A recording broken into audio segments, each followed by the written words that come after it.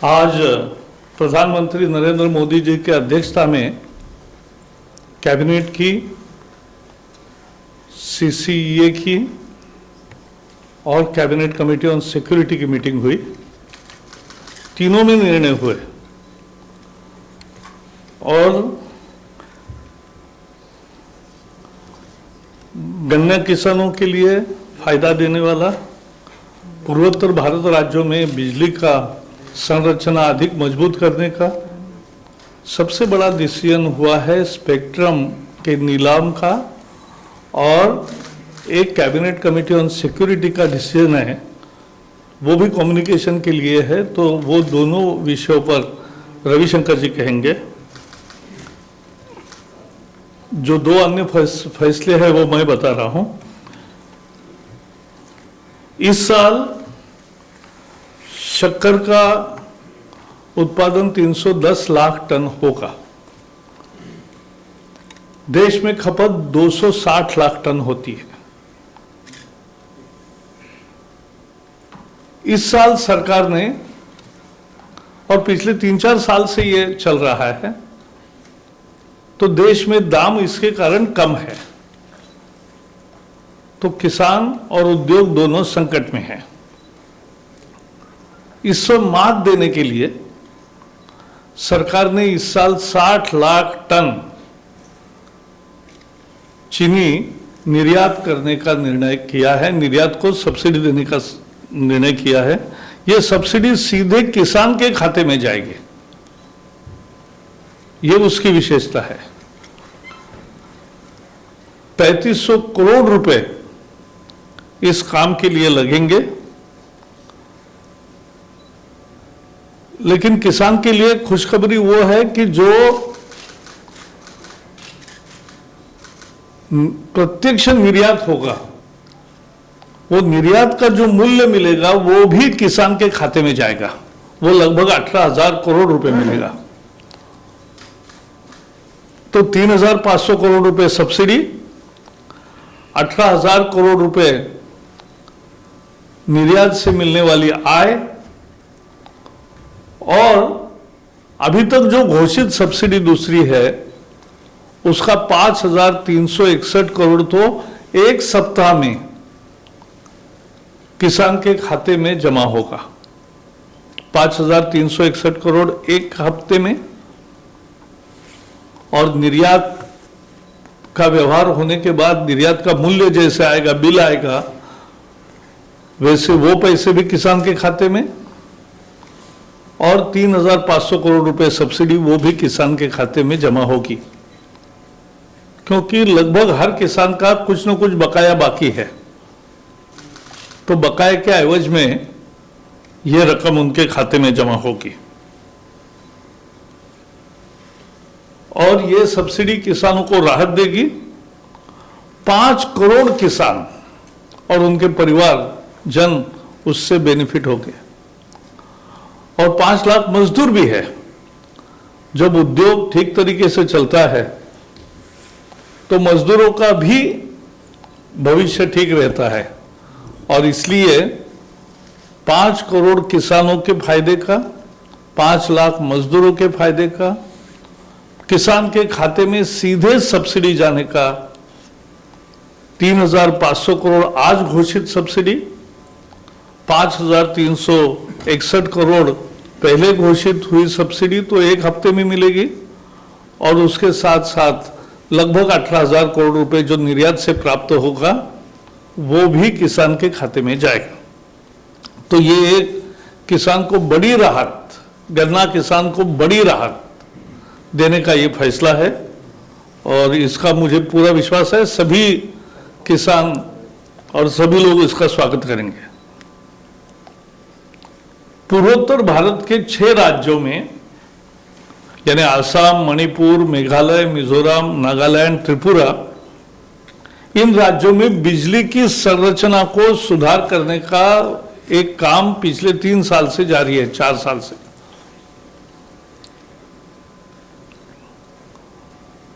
Transmission power grid काम कर रही है, ट्रांसमिशन की व्यवस्था सुधार, डिस्ट्रीब्यूशन की व्यवस्था सुधार, जिससे अधिक बिजली मिले, विश्वसनीय बिजली मिले, गुणवत्तापूर्ण बिजली मिले, ये उसकी जरूरत, ये है उपलब्धि। और इस काम के लिए अब सुधारित संशोधित बजट आज मंजूर किया है। अब ये खर्चा पहले 5,000 करोड़ था, अब ये 6,700 करोड़ होगा। तो 6,700 करोड़ के संशोधित खर्चे को आज कैबिनेट में मंजूरी दी है, सीसीईए में मंजूरी मिली है। और इससे फायदे क्या क्या होंगे? पहला फायदा तो ये होगा कि बिजली समय पे 24 घंटे और विश्वसनीय बिजली मिलेगी। इसके कारण उद्योग, खेती, आईटी, ये सब काम बढ़ेंगे और बिजली की विश्वसनीयता और ज्यादा उपलब्धता होने के साथ साथ मांग भी बढ़ती है। अभी तक जितना काम हुआ उससे भी मांग बढ़ी है। अब ये काम पूरा होने के बाद तो 4,000 मेगावाट तक मांग बढ़ेगी, ये हमारा अंदाज है। और पूर्वोत्तर के आर्थिक विकास का एक बड़ा हिस्सा इस कारण से निर्माण होगा क्योंकि बिजली एक मूलभूत घटक होता है कि जिसके कारण ये पूरा विकास का चक्र शुरू होता है। ये सेंट्रल सेक्टर स्कीम है, वर्ल्ड बैंक की भी इसमें कर्जे का रूप में और बाकी मदद के रूप में है। तो 50% केंद्र सरकार, 50% विश्व बैंक, ये इसमें पैसे देंगे। इसमें 2100 किलोमीटर 2100 किलोमीटर ट्रांसमिशन लाइंस बढ़ेंगे। 2000 किलोमीटर्स की डिस्ट्रीब्यूशन लाइंस बढ़ेगी। 34 सब स्टेशन ट्रांसमिशंस के होंगे। 50 से अधिक सब स्टेशंस ये डिस्ट्रीब्यूशन के नए तैयार होंगे। 32 सब स्टेशंस की ट्रांसमिशन के अपग्रेडेशन होगा और 100 से अधिक स्टेशंस की अपग्रेडेशन ये डिस्ट्रीब्यूशन नेटवर्क में होगा।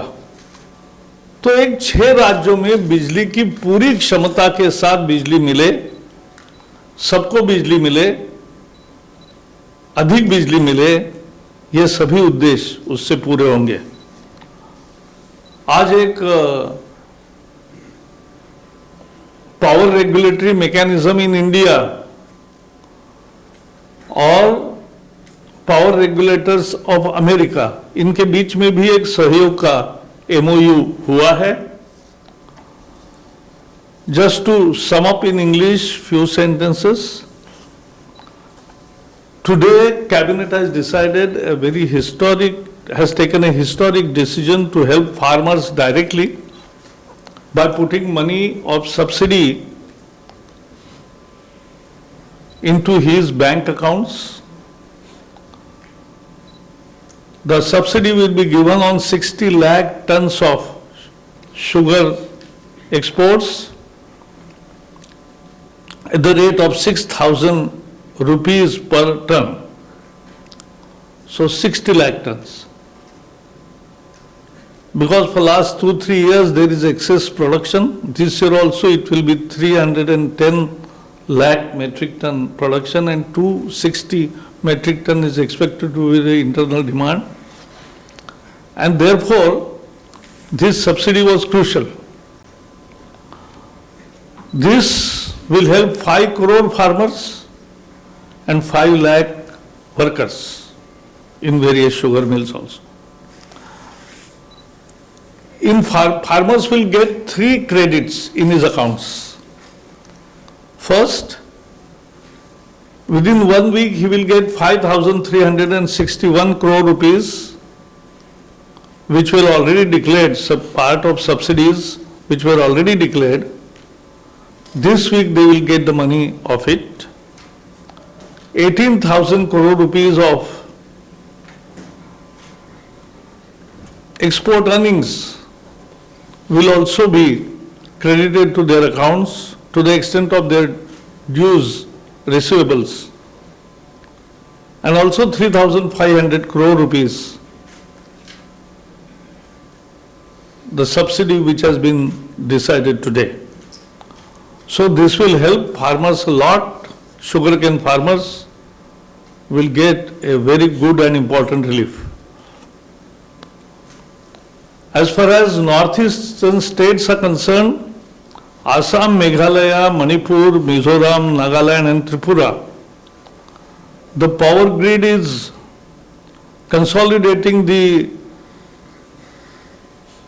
transmission and distribution networks of all these states with 2,100 kilometers of new transmission lines, 2,000 kilometers of new distribution lines, many substations. This will help more availability and quality of power supply in all these states. Therefore, it will be more demand for power, there will be more industries coming up, agriculture production also will get assured electricity, and IT and other sectors also can flourish. So we hope that this will be one major booster for the overall economic development of northeastern states. This is a central sector scheme and is implemented by Power Grid Corporation. And therefore, these two decisions will help people, sugarcane farmers and northeast people. So these are the two decisions. Now the remaining and very important decision is about spectrum auction and a decision taken by the Cabinet Committee on Security regarding communication.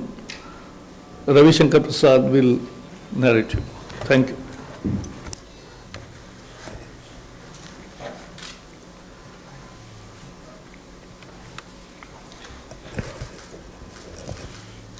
Mitra Prakash Javadekar ji, DGPIB और सभी पत्रकार मित्रों, दो महत्वपूर्ण निर्णय आपके सामने मुझे रखना है। एक मैं बताऊंगा और एक मैं पढ़ूंगा, वो कॉपी आप लोग को मिलेगी। आज कैबिनेट ने निर्णय किया है कि स्पेक्ट्रम का ऑक्शन करने का फैसला हुआ है। Today the cabinet has resolved that spectrum will be auctioned. ये टोटल जो स्पेक्ट्रम ऑक्शन होंगे ये 2251 मेगाहर्ट्ज होंगे जो ऑक्शन में आएंगे। The total spectrum will be 2251 megahertz. It will be put for auction, and the proposed auction of a spectrum would be in the bands of 700, 800, 900, 1800, 2100, 2300 and 2500 megahertz bands. 700, 800, 900, 1800, 2100, 2300 और 2500 megahertz bands हम auction करेंगे। हमने इसका एक कार्यक्रम भी बना लिया है और इसी महीने हम नोटिस इनवाइटिंग एप्लीकेशंस इशू करेंगे और आने वाले मार्च में हमारी योजना है कि हम इस ऑक्शन को कार्य रूप देंगे। The notice inviting application shall be issued in this month itself, and by March we propose to hold the auction of these spectrums. आपको पता है कि पिछला ऑक्शन 2016 में हुआ था, तो 4 साल हुए हैं। एक इसकी प्रक्रिया होती है, कई बार मेजरमेंट ऑफ स्पेक्ट्रम करना पड़ता है, देखना पड़ता है, फिर ट्राई की रिपोर्ट आती है, फिर उस पर विचार होता है और विचार के बाद कैबिनेट की अनुमति से फिर आगे की कार्रवाई होती है। तो इसलिए हम ये आपको बताना चाहेंगे कि स्पेक्ट्रम के आने के साथ और सुविधाओं में लाभ होगा जिनको स्पेक्ट्रम की आवश्यकता है, और इसके कंडीशंस वही होंगे जो 2016 के कंडीशंस थे। तो हमने उन सारे कंडीशंस को नहीं बदला है, ये आपकी जानकारी के लिए। तो ये स्पेक्ट्रम के ऑक्शन का एक विषय था जो हमें आपकी जानकारी के लिए बताना था। मित्रों, मैं आपकी कृपा पूर्वक अनुमति चाहूंगा कि आज कैबिनेट कमेटी ऑन सिक्योरिटी ने एक national security directive on telecommunication sector बनाया है। National security directive on telecommunication sector, ये राष्ट्रीय सुरक्षा के दृष्टिकोण से बहुत ही महत्वपूर्ण निर्णय है। तो मैं आपकी अनुमति चाहूंगा, बस छोटा सा 2 पेज का नोट है, काइंडली पढ़ें और ताकि देश के सामने इसको हम रखें। मैं पढ़ रहा हूं। Considering the need to ensure India's national security, the cabinet has accorded approval for the National Security Directive on Telecommunication sector. Under the provisions of this directive, in order to maintain the integrity of the supply chain security, government will declare a list of trusted sources, trusted products for the benefit of telecom service providers.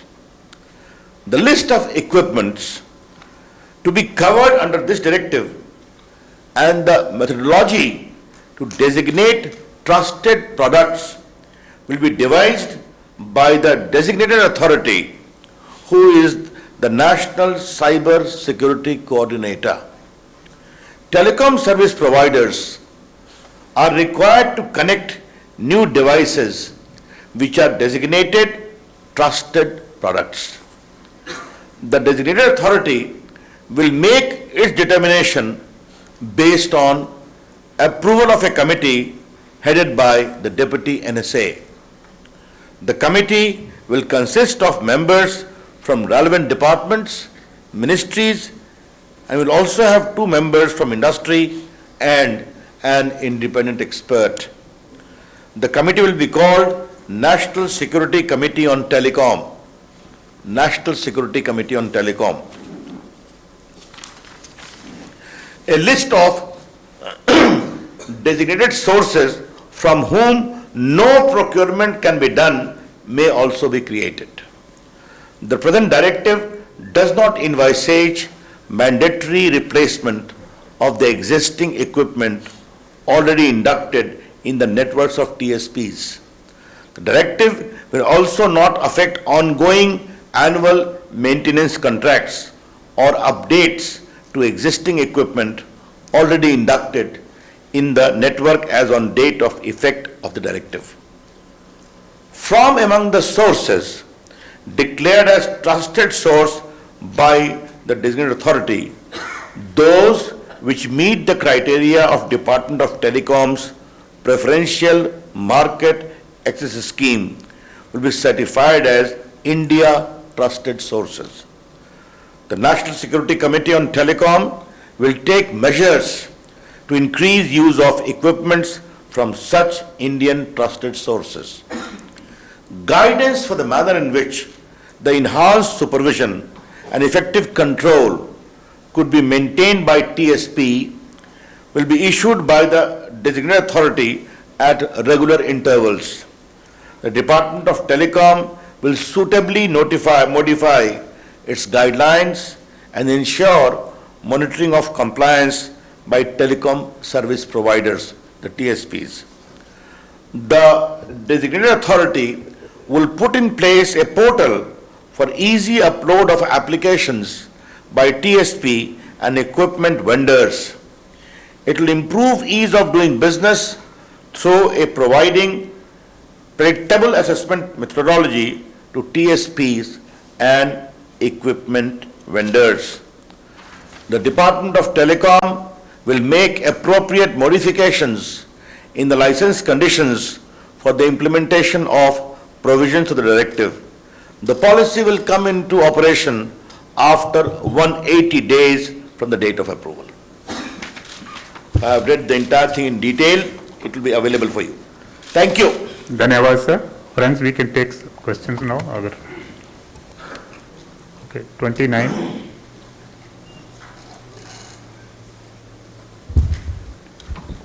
Sir मैं लक्ष्मण बोल रहा हूँ CNBC आवाज़ से। मेरा सवाल रविशंकर प्रसाद जी से है। ये जो नेशनल डायरेक्टिव बनाने की बात की गई है और जो डायरेक्टिव बनाने की बात की गई है टेलीकॉम सेक्टर के लिए, उसमें आपने कहा अप्रूव्ड प्रोडक्ट की बात, तो ये क्या टेलीकॉम सर्विस प्रोवाइडर अपने यहाँ लगाएंगे या फिर आम लोगों के मोबाइल वगैरह में भी इस तरह के प्रोडक्ट की मंजूरी दी जाएगी? मैंने पहले ही बता दिया, ये सब के बारे में है, आप इसको पूरा पढ़ेंगे। इसमें कुछ क्लैरिफिकेशन की आवश्यकता नहीं है। इसके मोटी बात आप समझिए, this decision has been taken by cabinet committee on security to enhance the safety and security of telecom equipments by designating a trusted source from which you can take. A trusted source and not trusted source. Very clear. 50. Sir नमस्कार। कानून मंत्री जी आपसे सवाल है कि गन्ना किसानों के लिए तो बड़ा तोहफा दिया गया है आज, लेकिन सुप्रीम कोर्ट में जो मामला आंदोलन चल रहा है वो गया है और एक कमेटी बनाने का आदेश दिया गया है, तो इसमें सरकार का क्या रुख है? वो तो कृषि मंत्री जी आप जानते हैं कि यहाँ पर हम कैबिनेट की ब्रीफिंग करते हैं। और दूसरा ऐसा है कि ऐसे विषयों में प्रत्यक्ष सुप्रीम कोर्ट का ऑर्डर देखने के बाद कृषि मंत्रालय जो कहना है कहेगा। Any more questions? That's all. Okay. One more is there. 68.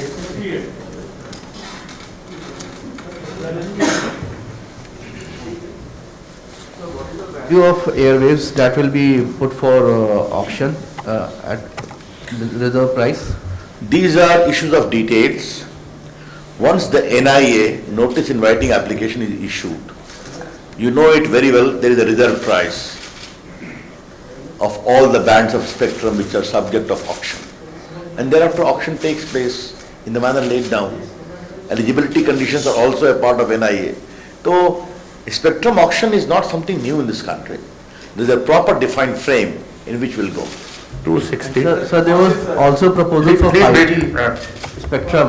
We have called a different number. 300 Please wait. megahertz band. Sir मेरा सवाल ये है कि सर हम जानते हैं कि हाल ही में देखें तो बहुत सारे मोबाइल जो ऐप है सिक्योरिटी चिंताओं को लेकर उन पर पाबंदियां लगाई गई थी, इसमें चीन के बहुत सारे ऐप शामिल थे। और क्या ये माना जाए कि भविष्य में जो 4G या 5G का जो अपग्रेडेशन होगा कंपनियों में, उसमें जो इक्विपमेंट खरीदारी होगी या लगेगी, उसके लिए एक अब डाटा बैंक बनेगा जो ट्रस्टेड सोर्सेज में, यानी वही जो 5G या 4G नेटवर्क में जो अपग्रेडेशन होगा उसमें ये इक्विपमेंट सोर्स हो पाएंगे, इसलिए ये बहुत जरूरी हो जाता है सुरक्षा चिंताओं को। आज के कैबिनेट के फैसले का विषय नहीं है, आप विस्तार से आइएगा तो मैं आपको समझाऊंगा कितने ऐप बैन किए गए, क्या हुआ है। लेकिन जहां तक आज के सिक्योरिटी का विषय है, तो अगर इस पूरे प्रेस नोट को आप विस्तार से पढ़ेंगे तो आपकी शंकाओं का समाधान हो जाएगा। सर प्रशांत हूँ एबीपी न्यूज से, इस तरफ से जावेडकर सर, राइट साइड। जी बताइए। On your right. ये कह रहे थे कि आपने जो चीनी निर्यात का फैसला किया, सर बुनियादी सवाल ये है कि जो बकाया है किसानों का वो कब तक होगा, कितना बकाया है कि आपके पास वो अभी? अगर ऐसा है, हर जगह की हर राज्य की स्थिति अलग अलग है, लेकिन वो सब रजिस्टर्ड है और मुद्दा है कि बकाये के एवज में ही ये रकम सरकार मिल को दे, फिर मिल किसान को दे, ये न करते हुए हम सीधे किसान को दे, ये फर्क है। और जो मैंने कहा कि इसका फायदा कितने लोगों को होगा, तो किसान और उसके डिपेंडेंट पकड़कर यानी दोनों मिलाकर 5 करोड़ से ज्यादा लोगों का इसमें फायदा है, ये हमें समझना चाहिए, ये महत्वपूर्ण। Last question. 11. Sir, I have two questions, one to One at a time. the telecom minister and the other one to the thing. First question to Mr. Javadekar. Sir, about this, Mr. Tomar, Mr. Amit Shah, well as Piyush Goyal have been dialoguing with the farmers, and as you said, it's an ongoing, I know it's not a cabinet decision, but the fact is that you have already made certain safeguards in terms of MSP, which Mr. Tomar announced on the floor of the House. Farmers are agitated about that.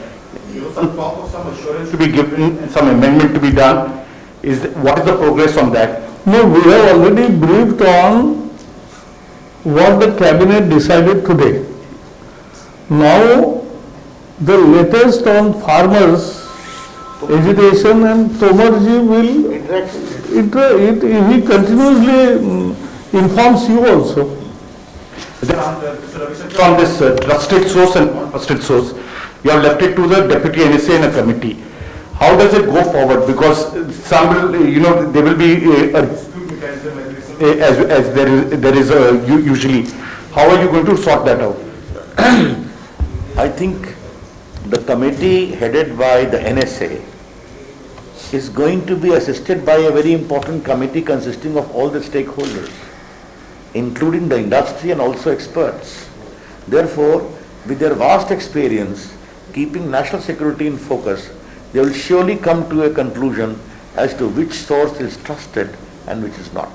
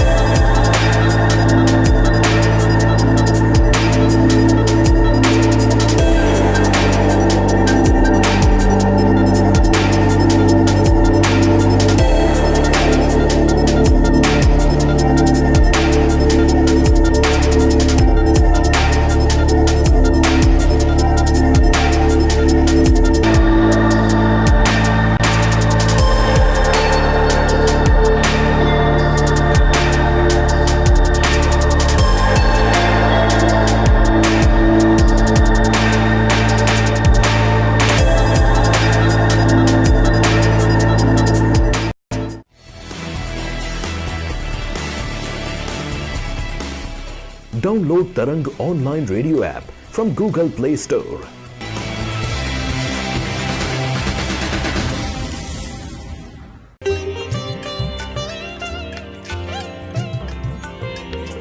You are listening to Tarang Devotional Online Radio.